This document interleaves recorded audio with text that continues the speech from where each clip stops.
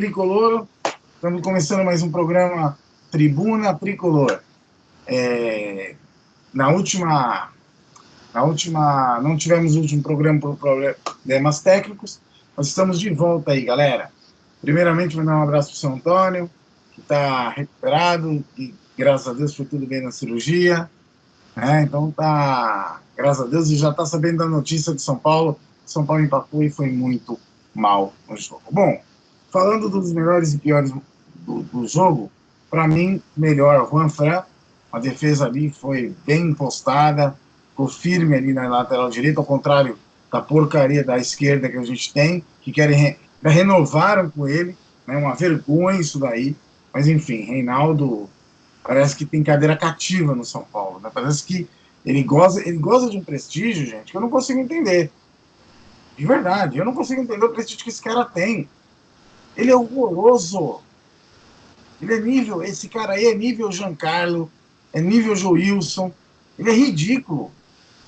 Mas enfim, para mim esses foram o melhor e o pior. O São Paulo fez uma partida muito abaixo, mas devido às lesões que ocorreram no jogo e os desfalques que teve, até que o resultado acabou sendo satisfatório, né? E, bom, indo para Uberlândia. Boa noite, Rodrigão. Boa noite. Boa noite, Fábio. Boa noite, Rafael, né? Antes de tudo aí, mandar um abraço pro São Antônio, que foi bem na cirurgia aí, o pai do Texas, né? Um abraço pro Texas, que está acompanhando o procedimento do pai, né?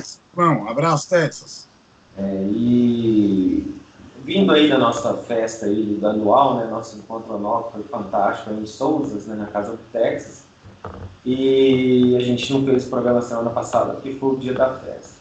Falando de São Paulo de hoje, para mim, os melhores, vamos chamar assim, aqueles que foram os menos piores, né, na minha opinião, Juan Fran e Luan, né? Nesse quadro aí, pífio do time, foram os dois que mais sobressaíram. E dos piores, né, para mim, o Hernanes, o Reinaldo eu não vou discutir, porque a gente não pode discutir de quem que a gente acha que não devia estar lá, né? A história do elefante em cima da árvore. Todo mundo tá vendo, mas ninguém sabe como é que chegou. Não sei como é que um cara desse chega a ser jogador profissional. Quanto ao Hernanes, não vi uma partida boa dele em 2019. São Paulo tem muitos problemas, mas talvez um grande peso para nós tenha sido essa fase ruim que o Hernanes tem atravessado. E com esse chavão de ter que ser titular, hoje o Hernanes compromete São Paulo em campo, né? Outro cara para mim que foi bem abaixo da média foi o Tietê, que vem sido recorrente para mim, um dos piores jogadores aí, comparando com a expectativa que foi gerada e os valores envolvidos na negociação. Mas mais do que isso, eu venho percebendo com tristeza há um tempo atrás, né? O que atingiu o torcedor de São Paulo, né? A gente saiu aí de um Cuca que dava bicão e passou para o que é horroroso e passou para um Fernando Diniz que tem aí um sistema defensivo perigosamente trocando bola lá atrás. O que não deve ser confundido com sair jogando. Existe uma diferença enorme entre dar o bicudo ou ficar trocando bola lá atrás. No futebol hoje que 1-0 é goleado, o São Paulo está botando uma veia muito perigosa ali para provocar um gol, né? E ter que correr atrás de um resultado de maneira desorganizada, que é o que a gente viu em 2019, e a gente sabe que Fernando Diniz, ele costuma, com o resultado adverso, ele costuma abrir o time, e a gente pode aí, por uma bobeira dessa do sistema defensivo, sofrer gols, ou até uma goleada sem a necessidade de tal. A minha opinião sobre o Fernando Diniz segue a mesma, né? Eu não teria trazido, mas quero muito que ele seja campeão com São Paulo. Acho que ele é uma Coca 3 litros, né? Seara está cheio de gás, mas depois de um tempo morre. Mas assim, seria injusto eu criticar o trabalho do Fernando Diniz hoje com 3, 4 treinos, né? Ele pegou terra arrasada, literalmente, porque o que o Raí e o Pilé fizeram em 2019 não se faz em um clube de futebol profissional, e ele tem que ter aí algum prazinho aí para a gente poder avaliar melhor, porque 4 treinos não é possível mudar uma terra arrasada. Fato o São Paulo está numa atmosfera há algum tempo, envolve preparação física, médica, arbitragem, VAR e escolha de treinador e jogador, é muito ruim. E somado a isso, né, a gente não tem um contrato, nada daquilo que é o nosso DNA.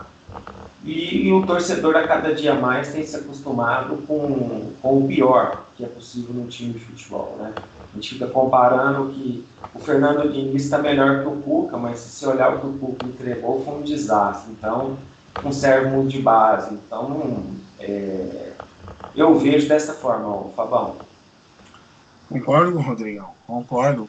Realmente faltou hoje bola mesmo, né? Faltou objetividade para o time de São Paulo. Bom, indo para Teresina, Piauí, falar com o nosso amigo Rafa. Boa noite, Rafa. Boa noite, Fabão. Boa noite, Rodrigo. Boa noite, São Antônio. Boa noite, Texas. Pronta a recuperação de São Antônio. Meu melhor de hoje vai ser o Luan e o Juan Fran. Acho que, assim, melhor na mesma linha do que o Rodrigo falou, menos pior, né?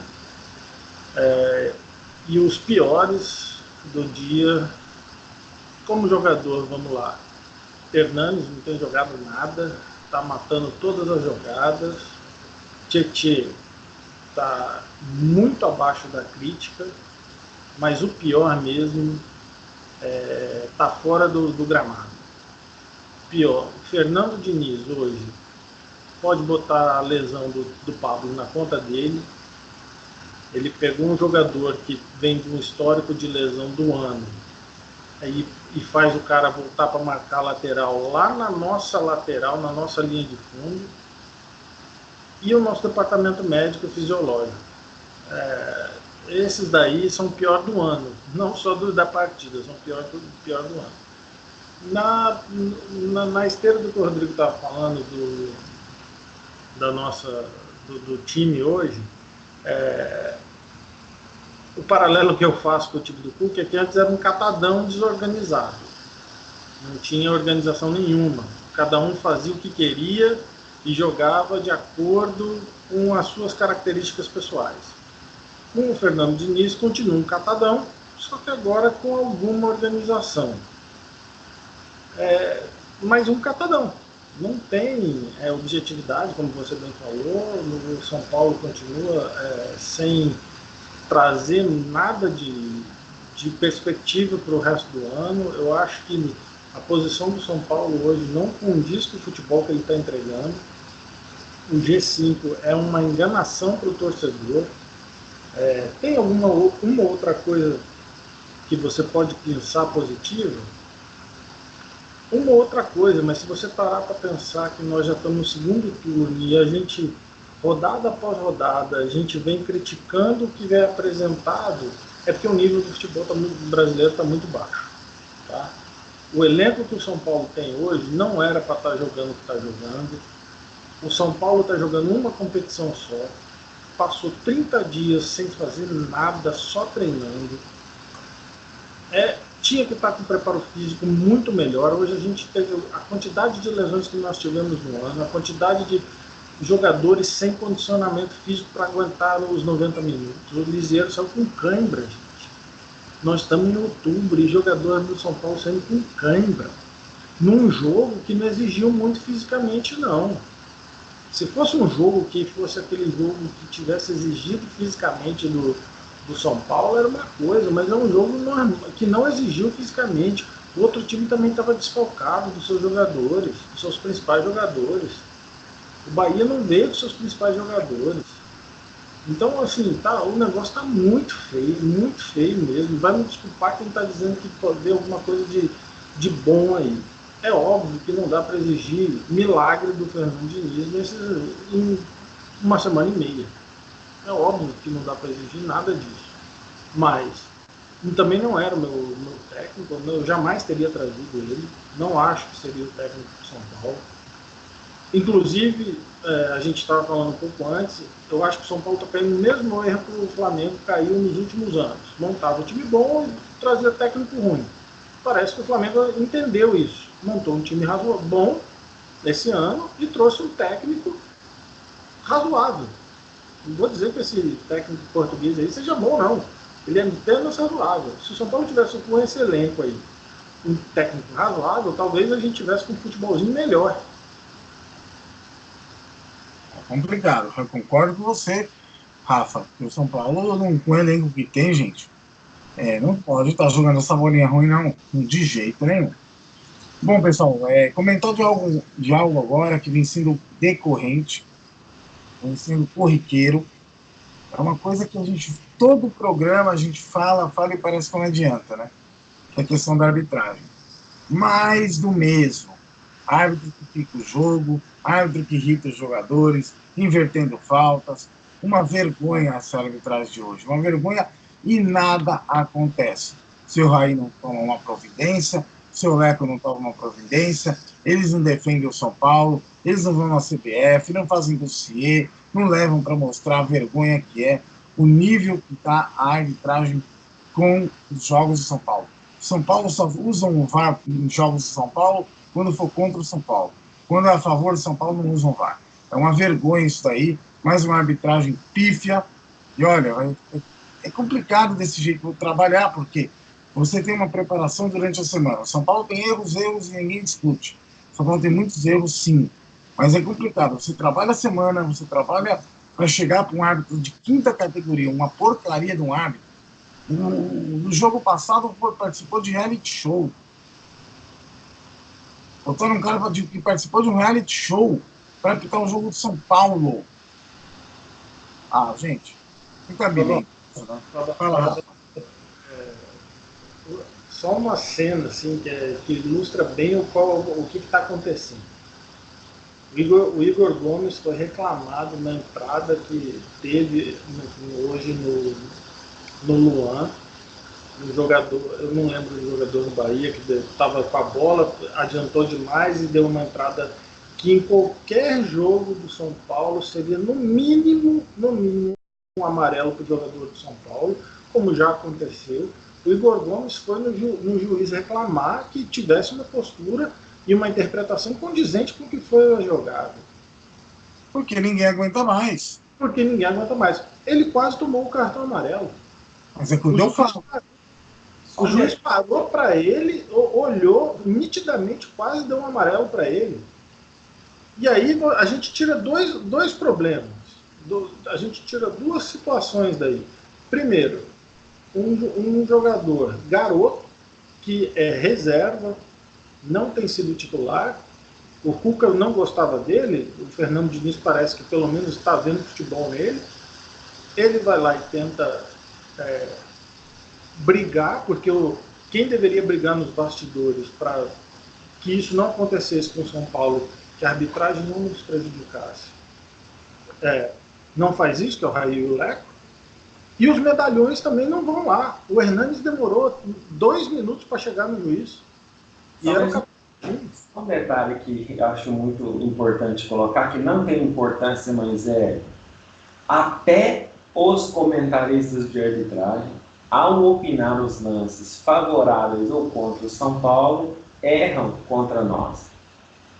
É uma atmosfera dentro e fora de campo. Óbvio que os árbitros que comentam são galinhas, né, vamos chamar assim. Mas não menos importante, eu não vejo uma opinião favorável. Hoje o Juan Fran levantou o braço para se proteger, o cara querendo meter um amarelo nele.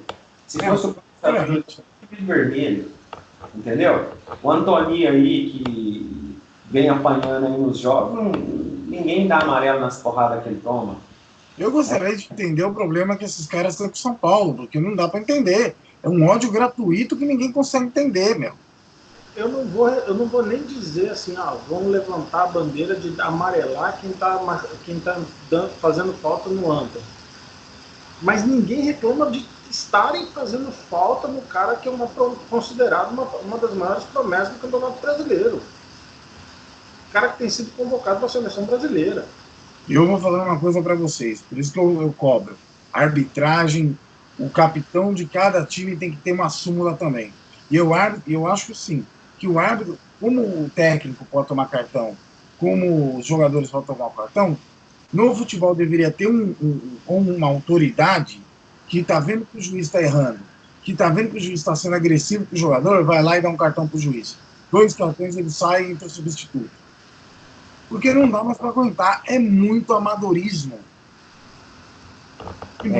Coisa assim, um clube de futebol que comete os erros que a gente cometeu, eu acho que o torcedor tem que dar graças a Deus para a gente não estar ali junto com o Cruzeiro ali, sabe?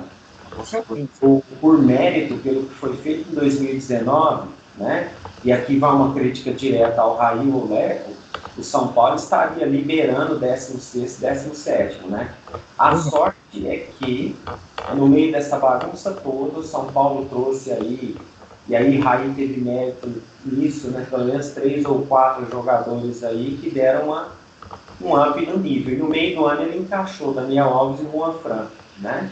Mas fora isso, e os meninos de Cotia que indo não tão bem, lesionando, cansando muito cedo, apesar dos 20 anos, são garotos aí que são diferenciados. Poderiam estar rendendo muito mais num clube organizado, numa preparação física mais adequada, numa condição clínica e fisiológica melhor, então está rendendo muito mais. De fato, o São Paulo perdeu muito tempo com o Cuca, né? E a melhor punição, o torcedor de São Paulo merece o troféu, né? Essa é a realidade.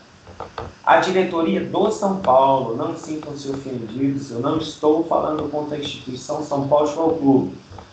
O CPF do Sorraí e do Soleco são dignos de brigar com rebaixamento pelos feitos de 2019. Para mim, o maior erro deles foi a manutenção de Cuca, que comprometeu, acabou com o nosso 2019, fosse quem chegasse e pegasse essa terra arrasada aí, não é fácil consertar. Essa atmosfera que eu falei jogou aquela confiança, jogou a serenidade desse grupo lá no chão, né? A prova é que os atletas já não aguentavam mais o Cuca. Quem vem, pega uma situação muito difícil.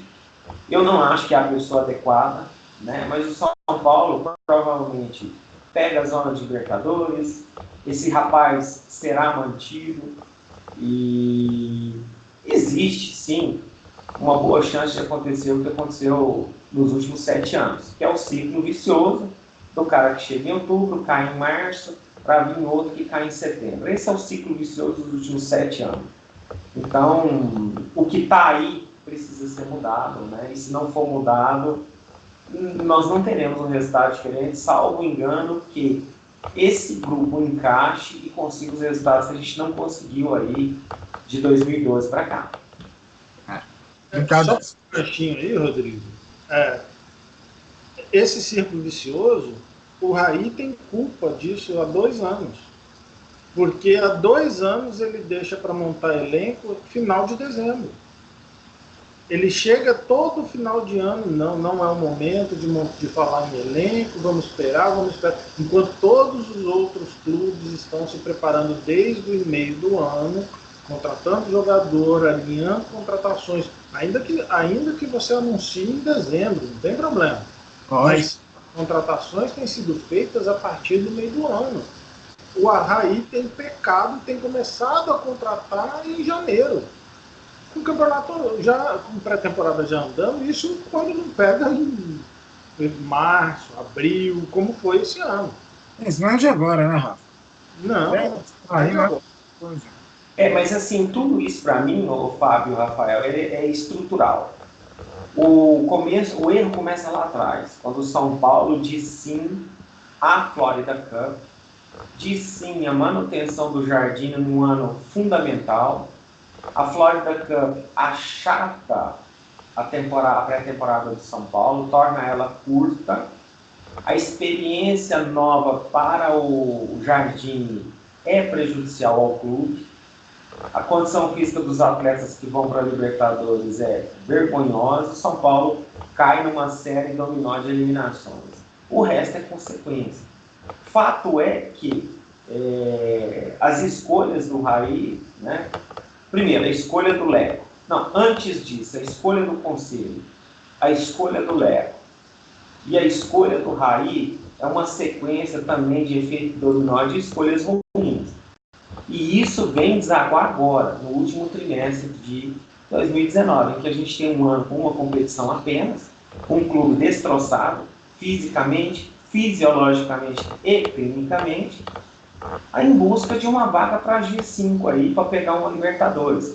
E aí, somado à temporada 2019, que você começou a falar, Rafael, os caras vão contratar em janeiro, com o campeonato que começa em janeiro. Eu defendi essa ideia no Raiz do programa aqui, especial, em vários. A gente tem que montar um time, a base do time do ano seguinte, em julho. É a melhor janela, porque é a janela europeia. É onde a gente consegue trazer os caras que querem voltar para o Brasil. E aí você prepara uma espinha dorsal, uma base para 2020. Porque essa base de 2019, quando ela é construída, ela briga pela Libertadores e pelo título, mas ela ganha maturidade nos primeiros semestres do ano seguinte. Ainda mais no futebol que a gente joga hoje, né, no mundo, né? Que é muito essa parte física e o coeficiente técnico aí, no Brasil principalmente, ele tem deixado muito a desejar. Muito complicado isso daí. Vamos ver se para 2020 nós temos alguma luz no fim do túnel, né? Bom, falando sobre a coletiva, não conseguimos ver a coletiva porque essa rodada os jogos terminaram tarde. Tava na hora, depois que terminou o jogo do São Paulo, ainda tinha o jogo das Pepas e o jogo do Fluminense com o Cruzeiro. Então, não foi possível analisar a coletiva porque o Fernando Diniz, quando a gente começou o programa, não tinha nem começado ainda a falar. Não tinha sido passada a palavra para ele, não tinha sido feita a coletiva. Mas em relação à ficha técnica, eu estou aqui com alguns números. Posse de bola. O São Paulo teve 60 contra 40 do Bahia. Mas é uma posse de bola inútil, né? Olha, não condiz com o futebol apresentado. Tá trocando passe lateral lá na nossa área. Pois é. O São Paulo teve 15, o Bahia teve 15 tentativas de gols contra 9 de São Paulo. Agora, os chutes, as finalizações para o gol. O Bahia teve 6, o São Paulo teve 2. Os jogadores do São Paulo não chutam de fora da área. Eles têm medo de chutar. E quando chega na entrada da grande área, não sabe o que fazer com a bola. É uma inutilidade monstra. Chutes de fora da área. Aí tá, 5 para o Bahia, 2 para o São Paulo. Chutes fora, desculpa. Chutes bloqueados. 5 do São Paulo contra 4 do Bahia. Faltas cobradas, 17 do Bahia, 13 do São Paulo. Escanteio, 3 Bahia, 5 São Paulo. Impedimento, São Paulo teve 2, o Bahia teve 3.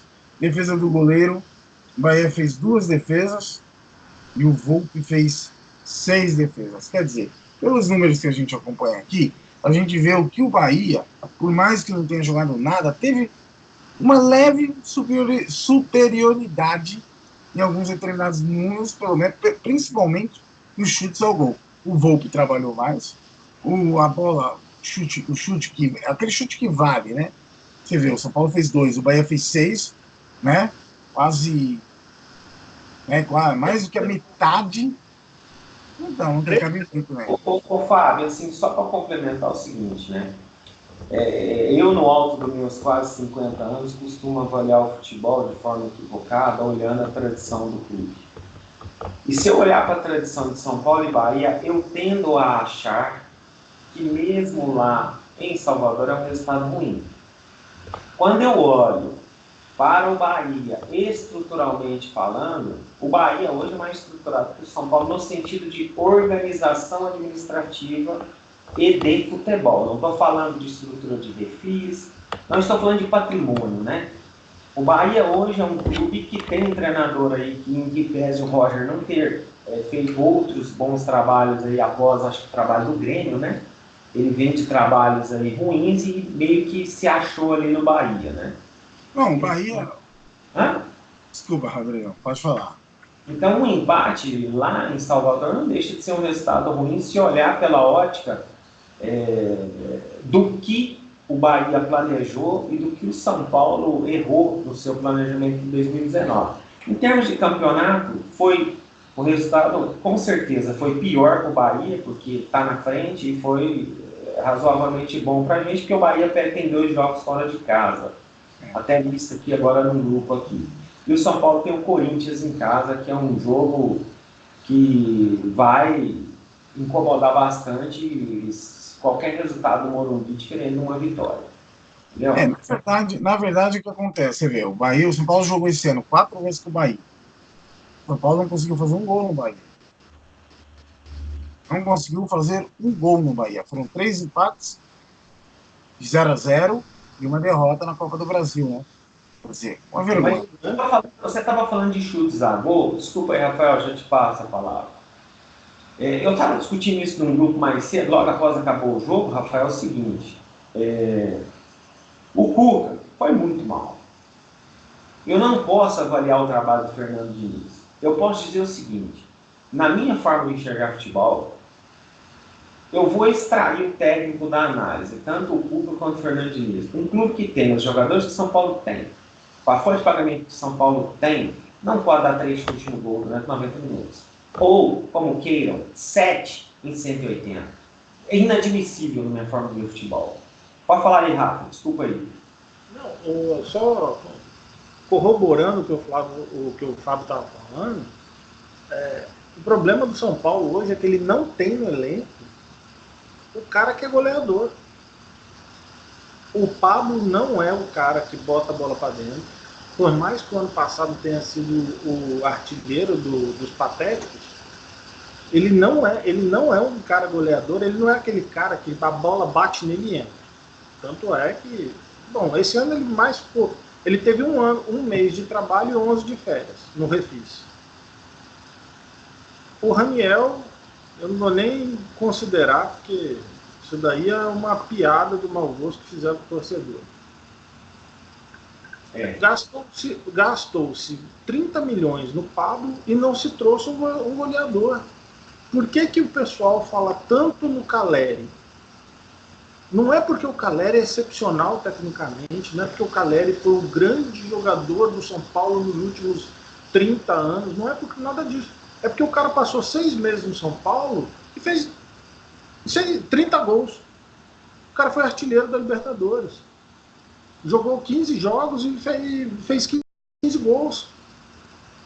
Meteu bola para dentro. A bola não era tecnicamente um cara de técnica apurada, não tinha um toque de bola apurado, mas a bola chegava nele, ele batia pro gol. Botava a bola para dentro. Esse é o grande problema. O Pato é um cara tecnicamente de toque de bola refinado, mas não é um goleador. Esse é o problema do São Paulo. O São Paulo precisa de um cara tipo o Luiz Fabiano. É outro exemplo. É o cara que bota a bola para dentro. É brigador, o cara é trombador, briguento, mas bota a bola para dentro. Serginho Chulapa, para os mais antigos. Serginho Chulapa, tecnicamente, não era um cara refinado, mas é o maior artilheiro do São Paulo porque botava a bola para dentro. É isso que está faltando para o time de São Paulo. Corroborando com o que o Fábio está falando. A gente consegue chegar na área. Só que não tem o cara que a bola bate no cara e a bola entra. Aquele cara que cheira o gol. Mas se você for avaliar, se vocês forem avaliar é o seguinte, né? O próprio Texas falava isso aqui, às vezes o pessoal fica magoado porque a gente fala umas coisas que diverge e tudo, né? Eu não acredito em jogador que estoura com 27 anos, 26 anos. Me desculpa. Não acredito. Jogador estoura é antes dos 22 aí, que é onde ele ganha. Quando não é craque, o craque eu volto a insistir. Na minha opinião, com 17 anos, o craque é craque e joga bola. Os Ronaldos foi assim, Kaká, é assim, Romário, Edmundo, eu tenho assim, 1 milhão de exemplos de craque de 16 anos, 17 que subiram e arrebentaram. Quando é craque, acabou, não há para discutir.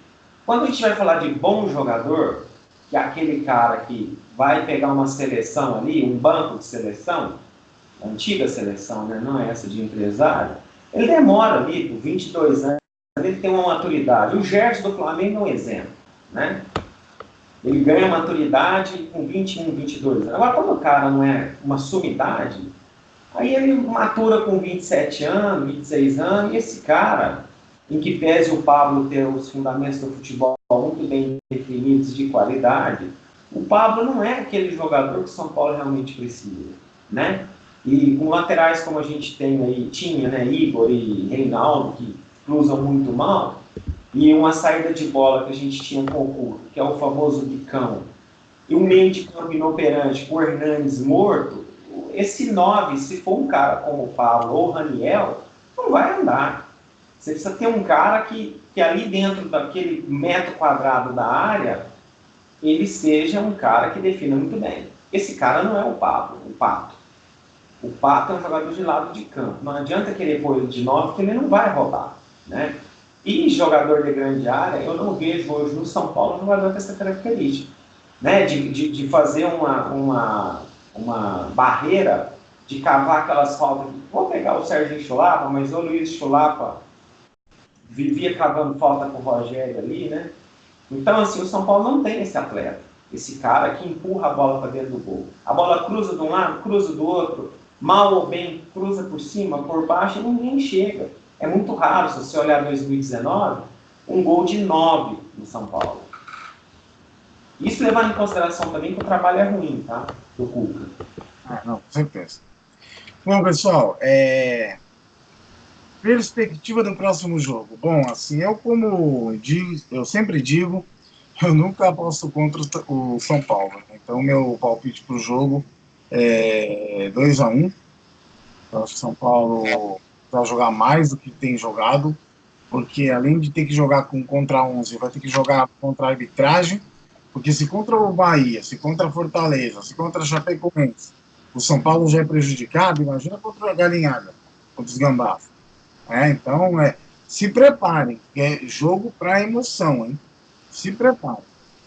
Rodrigão, seu palpite. Meu palpite, assim, é 2-0. Eu acho que o São Paulo tende a, num clássico, evoluir. O menino aí, nossa, o nome do técnico, Diniz, não tem. Amanhã é regeneração, né? Sexta-feira faz um tático ali, sábado já tem que descansar a galera, porque domingo, 18 horas, tem jogo. Então, não vai ser lá grande coisa em relação ao que foi hoje, mas o São Paulo tende a crescer, na minha opinião, vence por 2-0 e eu acho que derruba o Carille, porque definitivamente ele está muito questionado lá e eu acredito que uma derrota num clássico desse aí pode abalar as estruturas aí e até nos ajudar na briga pelo G3, né? Esse é o meu palpite. Rafa.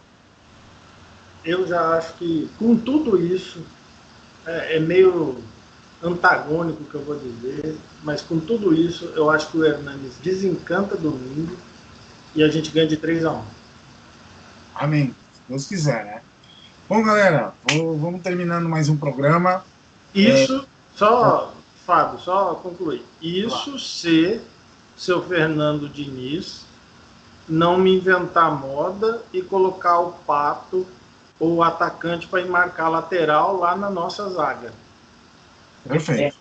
Nós temos que levar em consideração outras coisas aí, né? Pelo andar da carruagem, bom, nós já não vamos ter o Arboleda, que para mim não faz falta, aquele cara é horroroso. Daniel Alves nós não vamos ter, não vamos ter o Antony, né? Hoje a gente perdeu o Pablo, que já não era grande coisa, mas enfim, é o melhor 9 no meio desse abismo que é o elenco de 9 do São Paulo. E muito provavelmente perdemos o Juan Fran, que vai ter pela frente aí o Igor Gomes, Igor Vinícius, lateral direito, né? A gente tem um monte de gente pendurada aí, e o jogo de domingo, a única coisa que pode nos desfavorecer mesmo é a arbitragem, né? Então, eu acho que é a única coisa que pode atrapalhar o São Paulo aí numa vitória no domingo aí contra o Corinthians. É isso aí, galera. Bom, antes de encerrar, lembrar a galera que nós estamos com 595 assinantes no canal. Muito obrigado, viu, galera? Lembrando da promoção, ao chegar a 600, sorteio de um kit camp com um CD um DVD do Tetra Campeonato Brasileiro. E vamos, chegando a 700, terá também um sorteio de um outro kit camp com outro DVD de São Paulo. E chegando a 800, terá um kit do Mito. 618 jogos, ok? Abraço ao Texas, abraço ao Antônio, que está se recuperando aí. Rodrigão, um grande abraço. Rafa, um grande abraço. Valeu, galera. Saudações tricolores a todos. Um grande abraço. Abração, gente. Valeu.